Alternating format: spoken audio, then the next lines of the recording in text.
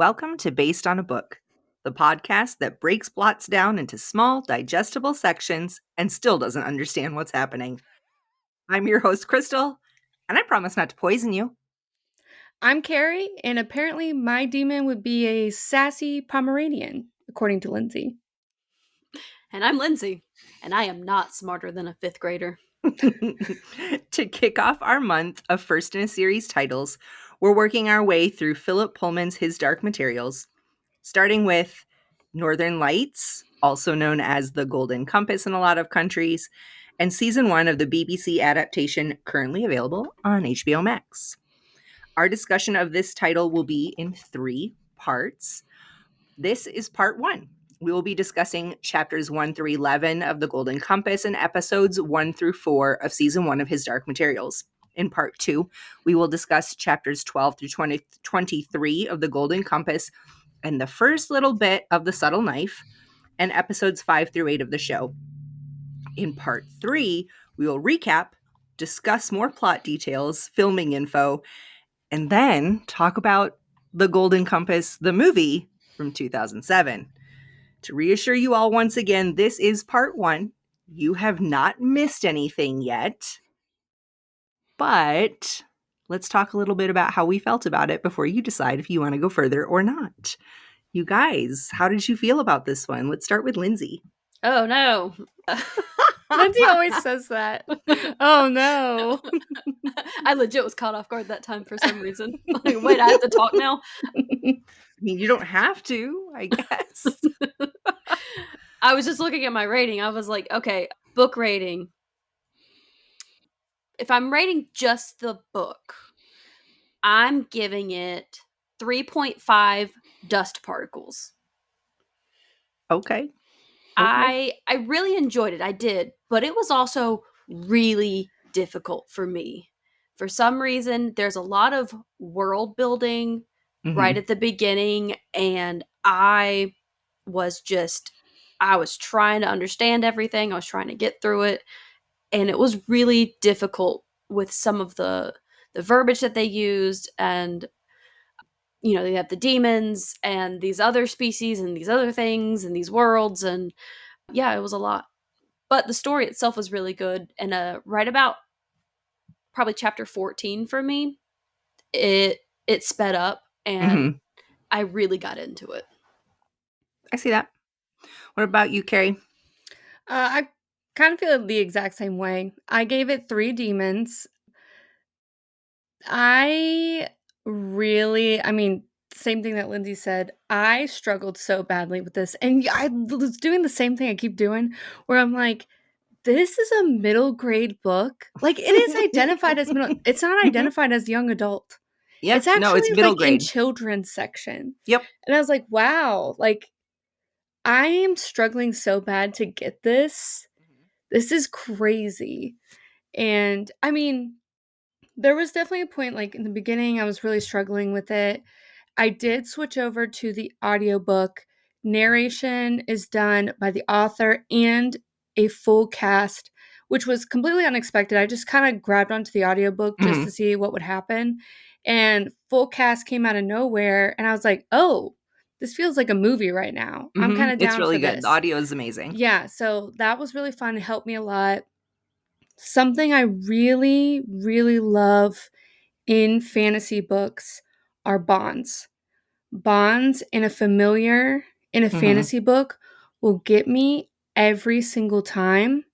So when I saw that in this book, that hooked me immediately. And I think that's what kind of pushed me through the story and like kept me going. Yeah, for sure. No, totally. I'm the same way. I gave it 3.5 gobblers. I felt, this is a reread for me. I really love this story overall. Like the trilogy is pretty amazing to me. This was originally recommended to me in like 2006, 2007 by a very dear friend, Stu, whose like screen name on a lot of stuff was Yorick Bjornsson. And I was like, what the heck, dude? And he was like, have you not read this? So it's kind of special to me in a small group of friends because of that. Like, we all discussed it, but there's no denying how hard this is to read. That this has a lot of political themes, a lot of religious themes, a lot of, the world building isn't even the hard part. It's a lot of it is just the political overtones and the figuring out which agencies are which agencies, and who's working for who, and who's doing what on whose behalf, or what group. It it's really complex. So to see this as a middle grade book, it really makes you doubt your own intelligence as an adult. I know. Like, we've been reading so much middle grade lately, and I'm like sitting here, I'm like, wow, like, what am I doing? Like, what have I been reading lately? Because Right. I feel like I read a lot of fantasy. I Mhm. genuinely feel that way. And then I pick up these books that are identified as middle grade, and I'm like, wow, what have I been reading lately? Because obviously it's not that complex Right. where I can't even understand what the heck is going on in this book. Right. So, I mean, maybe that's a good thing to where, you know, I guess also, you know what I was thinking too? I'm kind of sidetracking a little bit. Where I think your first fantasy that you pick up will depend on like how you look at fantasy in the future. Mhm. Like, if this was your first fantasy when you picked up when you were younger, you probably think like a lot of fantasy later is like really bad. You know what I mean? Like Yeah, I because like like this compared to like even, more of the like romantic fantasy of I was like, thinking I'm like a mostly a romantasy person. yeah, but And I'm this thinking like if fantasy you versus ACOTAR fantasy, these are two yeah, different subgenres, and that are separated by a whole spectrum of, yeah. you know what I mean? Like if you're like mostly reading things like this and then you pick up a romantasy, you're probably Yeah. like, what the hell is this? You're like, this is trash. What are these women reading? Well, Like, like people say that all the time, and I'm like, what do you mean? This is like so. I'm thinking like Akatar has like, you know, elements in it that are somewhat complex. I mean, not super complex, but somewhat complex to mhm. me at least. That's my personal opinion. But nothing compared to something like this. Like this is This wild. is This really is heavy. crazy. Like I just read fifth season not that long ago, and that was like so complex and insane. I was like, I can't even like grasp my head around this. So it's just like completely different aisles of fantasy reading, and it's just interesting to me. And this is for fifth graders. Yeah, and this is for fifth graders. So, a quick little synopsis: the Northern Lights, or the Golden Compass, starts out with orphan Lyra Belacqua as she's running through the halls of Jordan College in Oxford as she unwittingly uncovers a hidden political plot and theological experiments while attempting to rescue her best friend Roger and other children rumored to have been taken by the Gobblers. This story follows Lyra, but there are so many political undercurrents in different groups. We have the Egyptians, we have the Passerbjorn, we have the Magisterium, we have the General Oblation Board, we have the college and the masters and the scholars. It's and they're all different casts almost of groups. And so we're going to encompass a lot of that as we go, and y'all might have to slow me down if I just kind of gloss over something, because again, this was a reread for me, so part of it to me, I might just kind of like pass something by. But unless you guys have anything else to say, we can get into full spoilers. Yeah, I'm excited to get into it because I'm like, I'm ready to break this down and make sure even I understood everything correctly because this was wild. This is wild. Well, that's your warning, folks. Pack it up, get off the roof, go back to your room. It is time to move ahead with full spoilers. And if you have not read this or watched this, it might be time for you to press pause. It's okay if you do. We'll still be here when you come back. But for now, let's go back to Oxford College Oxford Jordan College and discuss what Lyra's up to. The book, this first paragraph, to me, really sets up the fact that we are not in our world. We are someplace else. And so I'm going to read that first paragraph. Lyra and her demon moved through the darkening hall, taking care to keep to one side, out of sight of the kitchen.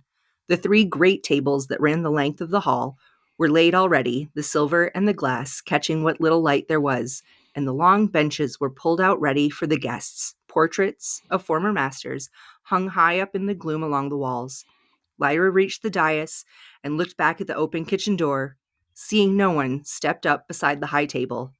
The places here were laid with gold, not silver, and the 14 seats were not oak benches, but mahogany chairs with velvet cushions.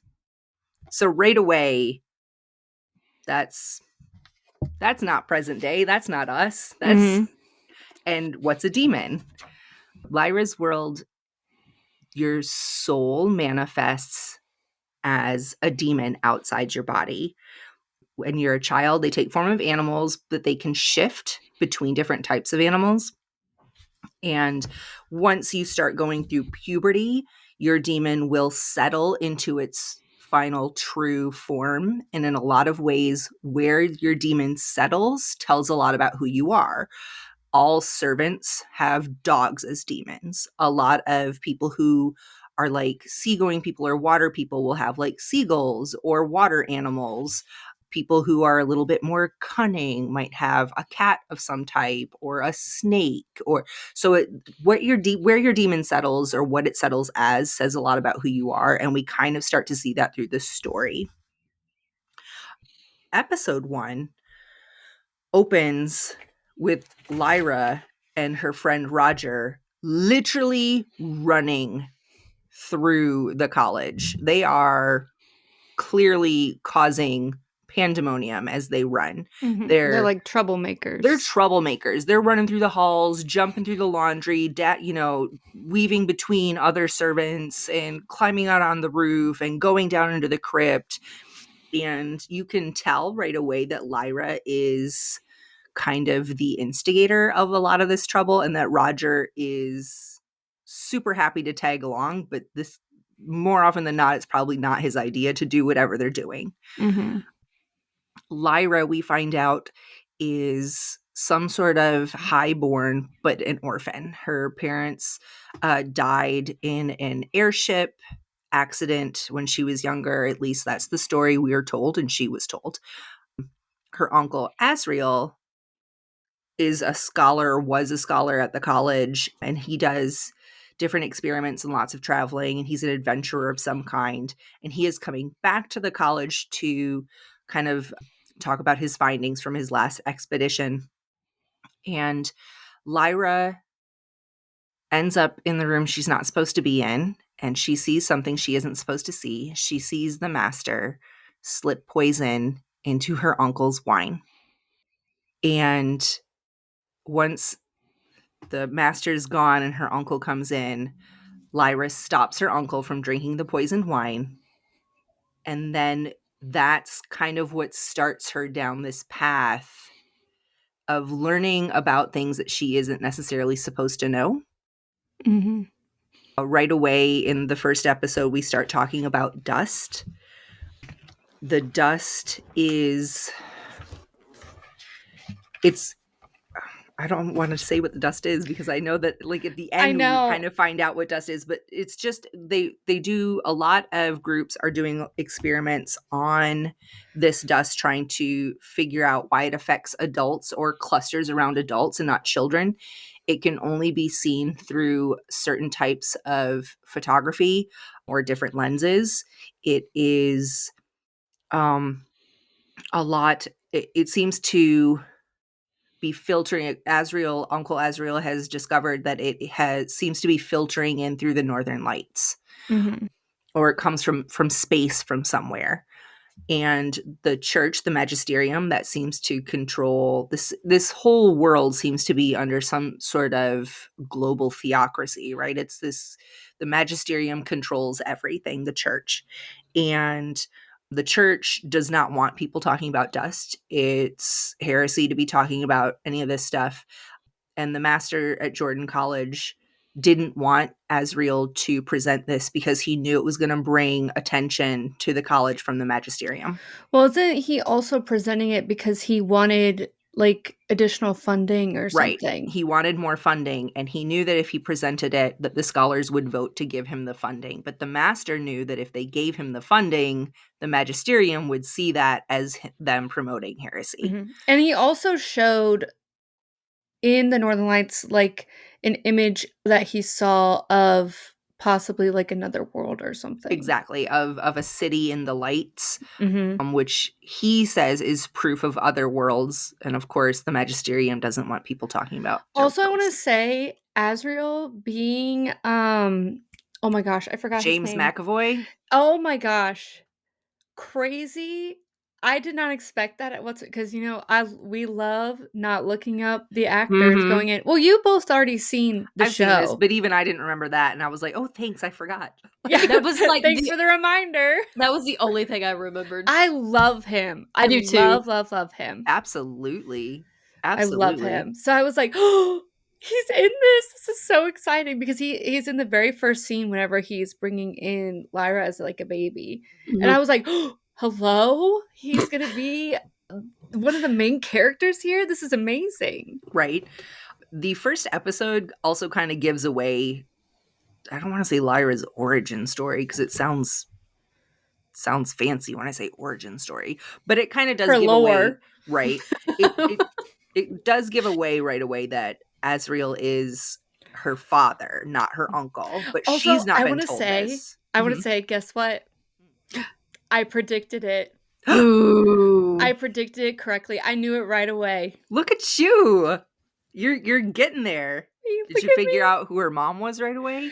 Okay, so I figured it was a family member. I did not think mother. I did not. Okay. She wasn't giving me mom energy. She was She giving me wasn't like, giving mother. yeah, she was not giving mother. And I was like, I also think like the mother and also connected to Lord Asriel. I was like still struggling with that. I thought that was a little weird, but For real. I totally was like, she's definitely related to her somehow. And Azrael is 100% her father. I knew that right away. And I was like, I can't wait to tell them that I found out. I knew it. I love it when you figure stuff out. I know you can do it. Yes. I know you can do it. So right away, we kind of learn about that Lord Asriel has been in the north and that he wants to go back to the north. Right away, we learn that that's her dad. We also get to see a kind of a flash into, in episode 1, of the Egyptians. And the Egyptians are this whole culture, this whole group of people who they live on canal boats. They're kind of more of a nomadic group of people, and a lot of the time they're looked down on in the book. They are kind of like, honestly, it's a whole commentary on the Romani people, the gypsies, and how they were treated as less than.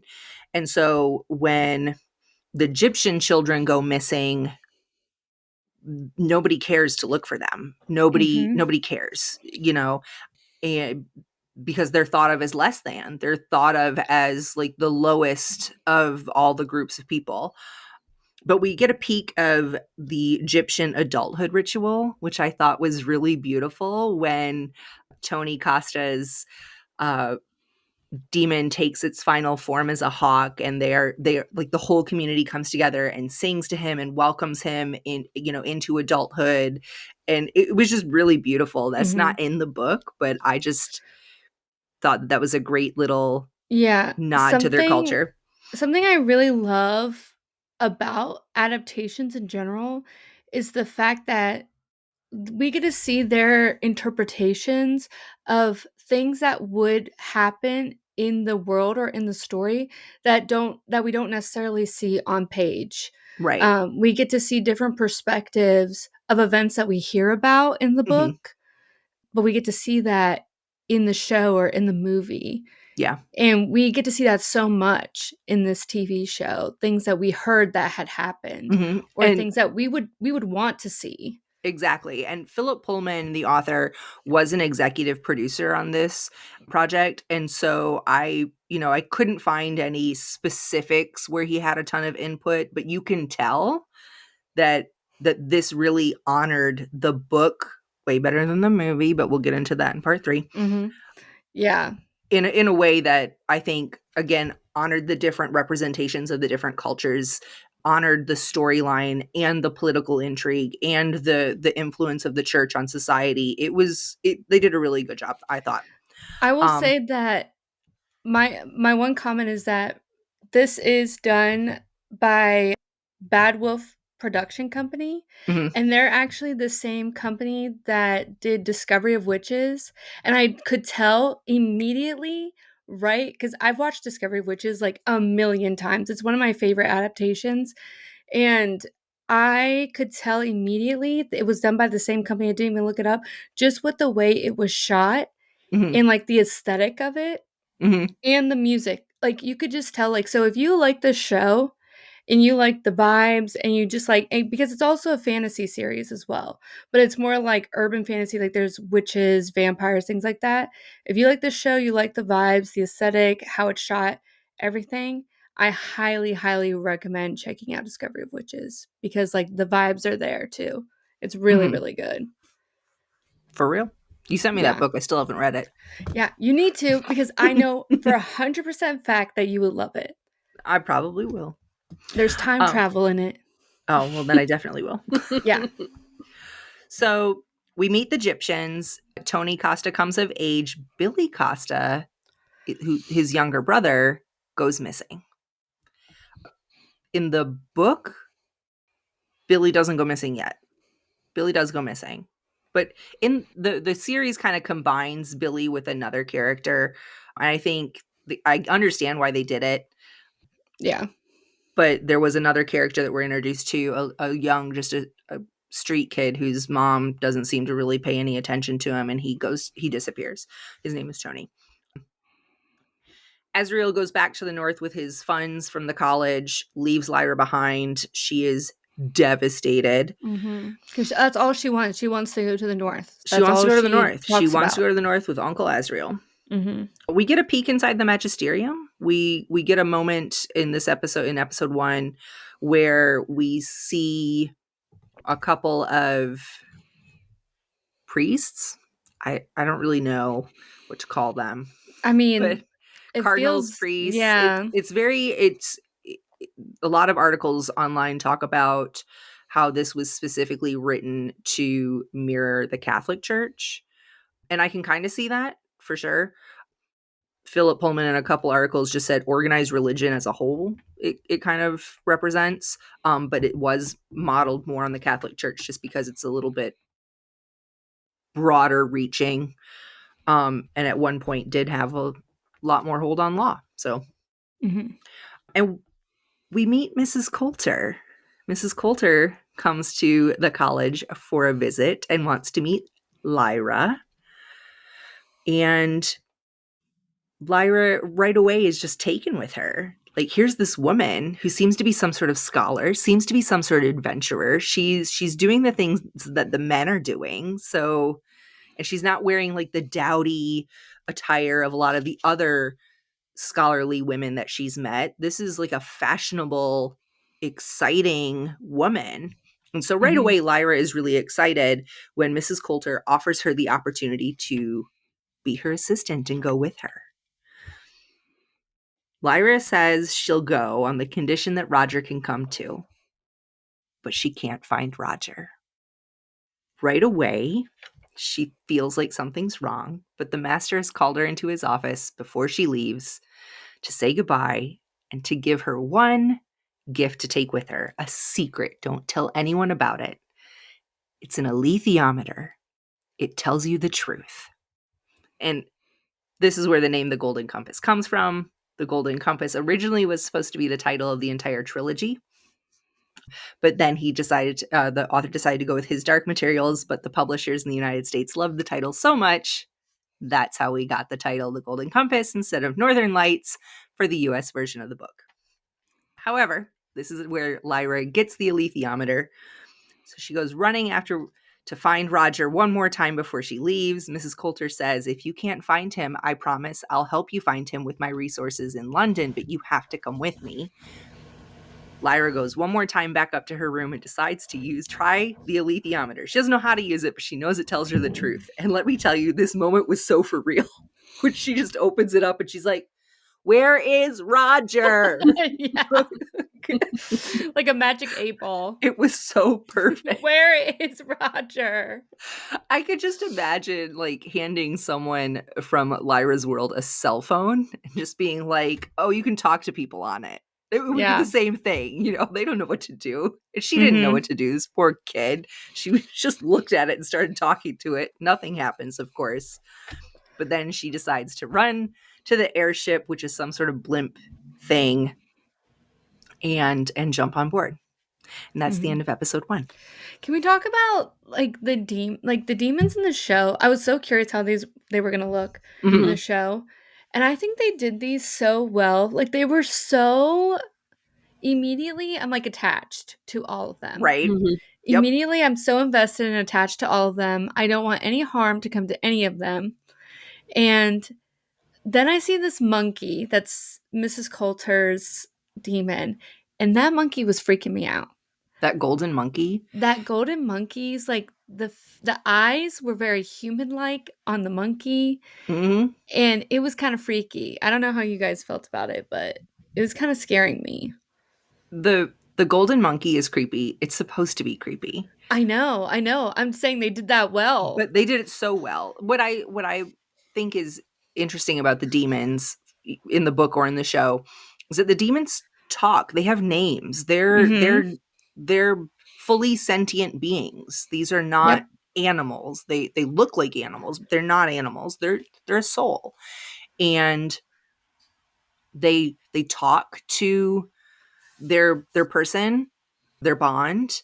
They talk to other demons. They don't usually talk directly to other people unless it's a very intimate, relationship to begin with. But and you should never address anyone else's demon. Yeah, you shouldn't touch them or anything. You should never like that. touch them. It is a very intimate bond between a person and their demon, and it's taken very seriously. Demons can't go too far from their person. They can't be separated by too much distance, even across, a house or across a room might be too far. There's lots of unspoken rules around the etiquette with demons, but they're expressive, and the way your demon is acting, if your demon is kind of pacing and being agitated, then it's a tell about how you're feeling. So people kind of take those clues in. And Mrs. Coulter's golden freaking monkey demon never speaks. We never learn its name. And they hardly ever are close enough to like cuddle or be near each other. Or, and a lot of other people have their demons on their shoulders, or well, like it tries to. Like it tries to connect to her. Well, I have a theory about it. Okay. Tell us your theory. I have a theory that she's like a witch. I considered that too. So I'll be honest with you, this is a reread for me. I don't remember, so I'm not going to spoil it for you. I have a theory she's a witch because she's able to go really far from. She's able to go far from her demon. But the witches still have a relationship with their demons. They still can speak and soul bond, Well, whereas Mrs. Coulter doesn't seem to care about her demon at all. I had another theory. Okay. You make me nervous when you laugh. So, which was totally proven wrong throughout this entire book. But okay. I should probably bring up this theory a little bit later, actually, because it kind of spoils what we're going to pretend you didn't say anything. Okay. Rewind. So, I will say it's the return of Kit Connor, too. Yes. I just realized that because that is the voice of Pan. Yep. And he was Bright Bill in The Wild Robot. Yeah, and Mhm. I want to say that they make, like you said, the demons are supposed to be very expressive, and the show does that really well Yeah, with the demons. They make their faces super expressive. So, but I was every time when I saw a person, I was looking for their demon every time. every time, and they weren't always there. They weren't always there. No. I But checked you and I was have to, like, like, there were a couple of times though that like people had like snake demons that were like inside down their mm-hmm, sleeve, or bug demons, yeah, insects, and they would be like just sitting on their yeah, neck or in their hair. And so they weren't necessarily like super noticeable. There were a yeah. few times that I was like, where's the demon? Yeah, where's your demon You ain't at, got no sir? soul. Sir, where is your demon? There was one person that was like walking like a husky dog. Whenever it was like one of the Egyptians that was like walking as they were traveling, they were walking in on a leash, and I was like, that can't be their demon. Because I was thinking that whenever you see like an actual animal How in do you this know it's a world, how do you demon know if it's a versus demon an or animal? you're like if you go up to an animal and you're like, "Hey," and it doesn't talk back, you're like, "Oh, so you're an actual animal. Gotcha." And no, I totally wondered that too. Also, why didn't we didn't see any like really big demons? I'm over here I was like, thinking that too. I think that was like a cop why didn't you out. turn into a tiger? Why didn't you turn into an elephant? Why didn't you turn into a dragon if you can turn into whatever you want? Mhm. Like, there were a handful of times that I was like, y'all supposed to be fighting and you're pretending to be a rat right now? Like, Yeah. come on. You can shift still. Shift into Well, something useful. you're telling me that nobody needs like the demon that they need isn't like something crazy? Or like like is a demon, you know how like certain animals are native to certain areas and there's certain Mhm. natural habitats. Like, so because I was born in Michigan, am I is my demon only going to be something that's native to Michigan, or can I Mhm. have a demon that's a flamingo? You Yeah. know what I mean? You're telling me no one that lives in that area doesn't have a demon that's like an armored bear? Right. Oh my god, that'd be so cool. You know what I Like, mean, though? Like, how for is that real. not possible? I don't know. Well, I wonder if there's, like, any correlation to, like, you don't become a demon when there's, like, predators that are, like, competitive that could be competitive with them in the area or something like that. I don't know. Maybe. Maybe I'm looking Maybe. too deep into this. We I Maybe mean it's we not that serious, okay? it's probably not, but it's still fun to think about. Yeah. Okay, so episode 2. We get a tour. We arrive in London and we get a tour of Mrs. Coulter's flat, which is just this super opulent, luxurious, like nothing Lyra and Pan have ever seen before, and they are so excited to be there. Mrs. Coulter again has promised that she's going to help Lyra find Roger, that she's going to use all of her resources in London because obviously the gobblers are taking children back to London. The London's a big city that they can hide better in a big city. So we flash to Roger and Billy, who are being held in some crappy rundown little warehouse type place. And then we flash to the Egyptians, who are already planning to try and find these children. They are already attempting to get more information, to figure out where they're going, to kind of track the movements of these suspicious people. And they get a clue as to where they might be holding the children, and they go break in, and the children are already gone, but they do find Billy's sweater. And so they know they're on the right track. That does not happen in the book at all. But I feel like it could have, though, right? Because we find out that the Egyptians have been tracking the movements of the gobblers. They have been Mhm. tracking all these children, these Egyptian children that have been missing. And so it could have happened in the book, or like in that story, in that world. It didn't feel too out of place for me. We flash back to the master at Jordan College, who's being threatened by the magisterium.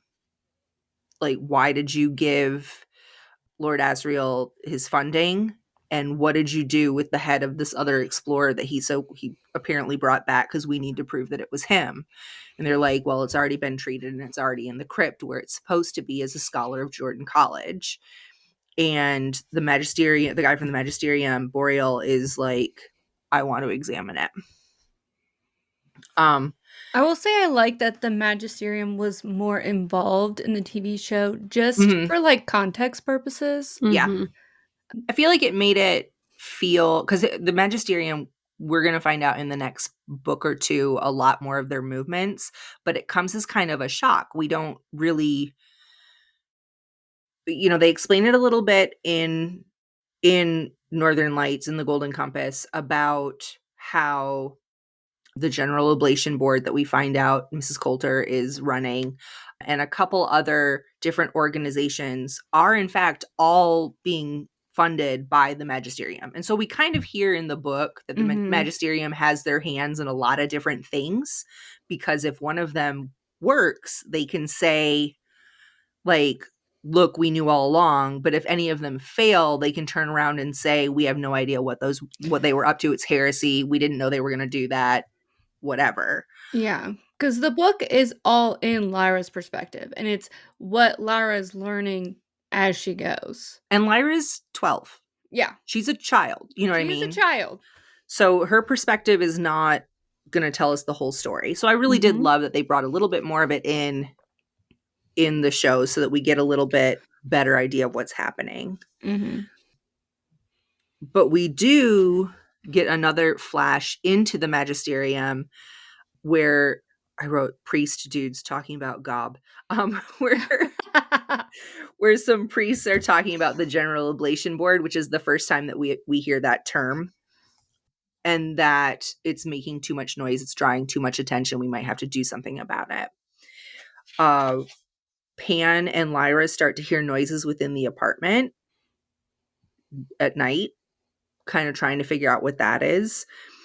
And then we see Lord Boreal, the magisterium dude that was threatening the master at Jordan, walk through a gate into a different world. And it's our world. This obviously doesn't happen in the book. We don't get much more than that flash of him walking through the gate, coming into a world that's obviously ours. There's cars and stuff. You know what I mean? So we're like, wait a minute, what's going on here? That's not in the book. But that's really all we get. And he gets parking tickets. I mean, there's no telling how long he left that car sitting there, though. Lyra listens in on Mrs. Coulter talking with Father McPhail. Instantly, Mrs. Coulter is like peeved and agitated, but she shows Father McPhail and his buddy out, and then the golden monkey goes after Pan, and there's like a switch, like just a switch is flipped. That settles, and Mrs. Coulter basically slips to Lyra who her real dad is.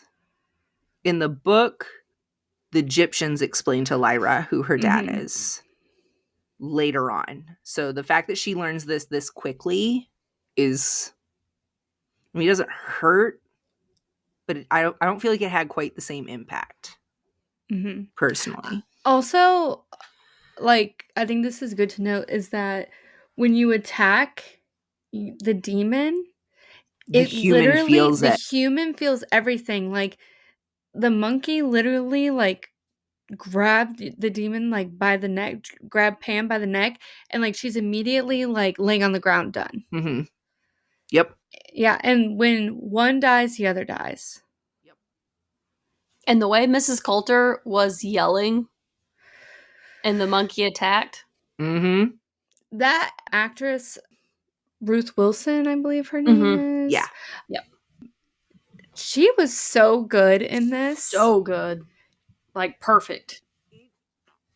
It is shocking how good she was, because we don't get a ton about Miss Coulter from the book, other than, again, from Lyra's perspective, right? We don't know her thoughts or her feelings, and watching her in the show go from like almost this super strong, super independent, super forceful and manipulative, and then you can kind of start to see the surface cracks as she begins to love Lyra, but she fights it. She doesn't want to love Lyra like that. She doesn't want to become more involved in this child than she has to be, other than to groom this child to be more like her. That's the ultimate goal.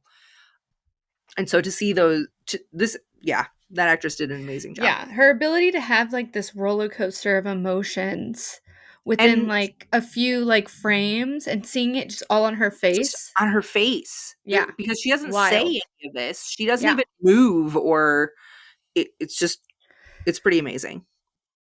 So this is when Lyra and Pan officially decide that, like, okay, we can't trust this woman anymore.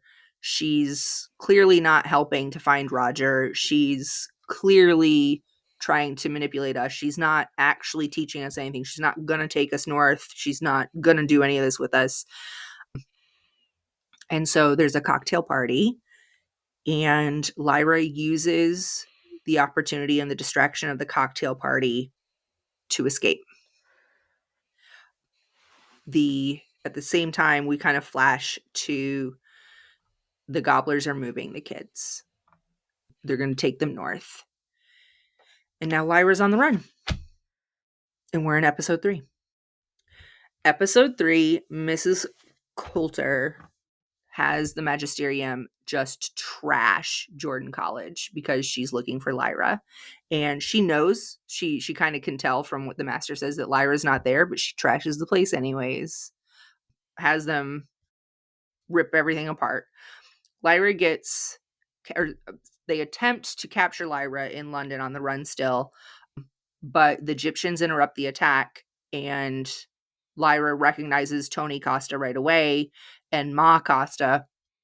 And let me tell you, in the show, Ma Costa had me messed up more than once. I bawled at Ma Costa and her love and her grief and her rage and her everything. She just that was a lot for me. But Lyra joins up with the Egyptians. Ma Costa kind of takes her under her wing and says, like, you're with us now. Lyra tells the Egyptians what she knows. Basically, Mrs. Coulter is like the head of the gobblers, the GOB. And she's taking these kids. They're doing experiments on these kids, but she doesn't know what they're doing, right? We flash to Lord Boreal. Now he doesn't just have tickets. The car's been booted. But Can't go anywhere. We find out that he's spying on he's trying to find a man, and he has a picture, and we know that it's this Gorman dude, whatever his name was, the explorer that Asriel told Jordan College was dead and brought the head back. But Lord Boreal seems to think that this guy isn't in his world anymore, that this guy has crossed over into our world and had a family. And so he's paid someone else to kind of find this man, and the man says, well, I can't find him, but I found his wife and his kid. And so now Boreal is spying on them or trying to find out more about them. The Egyptians have a gathering called the Roping, where they all get together. All the different tribes from all over the world come together. They discuss the fact that their children are missing, and they decide what they're going to do. And they decide that they're going to go after these gobblers. They're going to go north, and they're going to find these children. This is where Farder Coram, who is like an elder of the Egyptians, he's not the king of the Egyptians. That's John Fa, who's pretty cool. But Farder Coram is like an elder, and Lyra seems to really kind of have a connection with him and shares with him and John Fa that she has the alethiometer. And Father Coram sits with her and talks with her about, like what the symbols could mean and how to use it. And Lyra begins to start really understanding the symbols more intuitively, knowing what these symbols mean. And she's able to answer a lot of questions correctly when asked at this point. She's getting really good at it. And John Fa and Father Coram kind of decide that Lyra's really important and special and needs to come with them. Because usually people need like the books or something to be able to learn how to And read really, I this. compare this to tarot cards, right? Like when you're trying to learn and figure out tarot cards, there are a billion different meanings to one symbol on each card, and there's 20 freaking symbols on a card, And you see even like the sun, it could mean hot, it could mean bright, it could mean fresh and new, it can mean clean, it can mean a million different things. And depending on which symbol you saw first, it could mean something else. And that's why, like, the adults, when they read the alethiometer, they need all these books, and there's tons of books with tons of different meanings, and without the books it's kind of useless. But Lyra has this intuitive um just ability to read this, and she falls into a very calm state, and they talk about it in the book, her almost trance-like state. And she says it's like she knows which meaning it is, because as she reaches down in her mind for the meaning, she feels when her mind hits the right spot, kind of like when you're stepping backwards down a ladder and your foot finds the right rung. And so Father Coram starts to really nurture this in her, like starts to really talk more about her to her with it, talk more about how to use it or when to use it or what types of questions to ask or what types of information would be helpful. Um, a lot of other people seem to be a little leery of it. It's definitely not a good thing to be found with. The church, the magisterium is supposed to have control of all of them, and so it remains hidden. This is also when Tony Costa and Benjamin, whose name I can't remember, from the Egyptians, decide to go on a spy run. In the book, they go on a spy run. In the show, they go to Mrs. Coulter's house. And Benjamin ends up dying on the run. And Lyra finds out about it through asking the alethiometer and tells John Fa. And just as the news is coming to them, they find out that Benjamin's still missing, and then they find out that he has died. Every single time someone dies with their demon, I'm crying. Absolutely. Crying every single time. Absolutely. Like, I didn't really, it emotionally affected me in the book. Like, I did, like, tear up. Seeing it in the show, I was bawling my eyes out. I want to cry right now just thinking about it. Oh, it was awful. Yeah, like, when they die and then the demon, like, puffs up into, like, Dust. basically, and it's like, oh my gosh, it's just so emotional, and, like, their bond, like, bonds in fantasy are so, and like we were just talking about this, are so important and so significant, and I'm just imagining that bond breaking is like makes me so emotional. I Yep. hate it. I literally hate it so much. It's a rough one. Episode 4, the Egyptians are on the move. They're heading to Trollesund to hopefully get in contact with the witches, or Seraphina Pekkala, the queen of the witches, who Father Coram has known in the past. I need a Father Coram and Seraphina book. Right? I need their whole lore. Abso-freaking-lutely. I need that whole book and all their lore. Abso-freaking-lutely. In I the would read that. show, oh my gosh, him getting emotional when he would see her in the Oh, I show. teared up. Oh, it was so good. It was It was so so good. good. It was The so way good. that he did that, oh my gosh. I was living for it. Absolutely. So they end up in Trollesund. They're getting supplies. They're getting ready to get sled dogs and get everything to really hike across the Arctic. When they meet up with a Texas aeronaut, Lee Scoresby, played by Lin-Manuel Miranda. He's back. He's back. They're everywhere. And his demon Hester, who is like a long-eared rabbit type thing. But His Texas accent was sending me. it was hilarious. It was something. It was something. He was trying. He was trying. But it's a fantasy and it's not a real Texas. It's Yeah. whatever world this is Texas. So Yeah. might have It's been the right. country of Texas. The country of Texas. I will say, one of my favorite characters in the book, absolutely, just because he's a character. Mm-hmm. He's a character. Mm-hmm. They meet up with Lee Scoresby. He is an aeronaut. He has a hot air balloon. And the Egyptians decide, you know what? Why not? We could use some aerial support. So they hire him, and he kind of convinces Lyra to use the alethiometer to help his buddy Yorick, who is an armored bear, who the consulate at the witch's office, I guess, kind of told them that there's an armored bear in town and you might want to secure his services if you can. Yorick Bjornsson has no intention whatsoever of leaving with them because it turns out the townspeople have his armor and he's not going anywhere without that armor. So Lee Scoresby convinces Lyra to use the alethiometer, find out where the armor is, and go tell Yorick right away because they will move it if they think he knows where it is. So she does. Yorick goes and gets the armor and is forever indebted to Lyra at this point. I love the armored bears. Mm-hmm.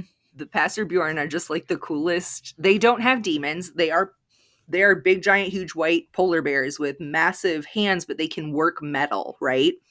They have dexterous paws that act as hands and can work metal. And so they are like revered for their metal work, but they're also really combative, super tough, super strong, and they will fight for whoever's willing to pay them. Mm-hmm. So they hired them a bear. And now that the gang's all here, it's time to head north. And it's time for us to wrap up part 1 of our coverage of the Golden Compass, his Dark Materials, Northern Lights, whatever we're calling it. Yeah. Don't forget to follow us on all of our socials for more thoughts and insights. We have Blue Sky, Instagram, Facebook, and TikTok. Of course, you can watch our beautiful faces on YouTube, which is where you'll find us for part 2. And we'll see you then. Bye. Bye.